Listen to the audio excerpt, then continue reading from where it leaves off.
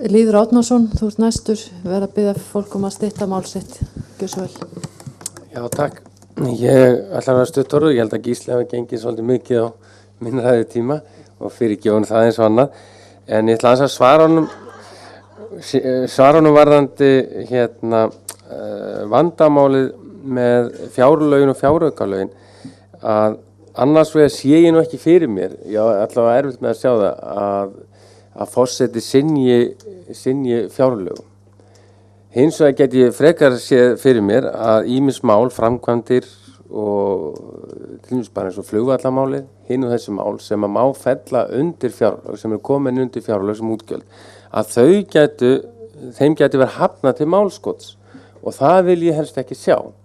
Þannig að ég held að vandamálið sé fyrst og fremst þetta að við getum fengið fullt af málum sem okkur langar að greiða atkvæði en fáum ekki að greiða atkvæði það. Þess vegna er ég með fylgjandi breytingatillögu þess að þetta eru fellt út. Hitt sem ég ætla að segja er nú svona kannski ekki beint á dagskrár fundar, en ef þessi tími í lok fundar og fólk vil heyra einhver ánægilegar fréttir þá bið ég málið þegar umræður lokið. Takk.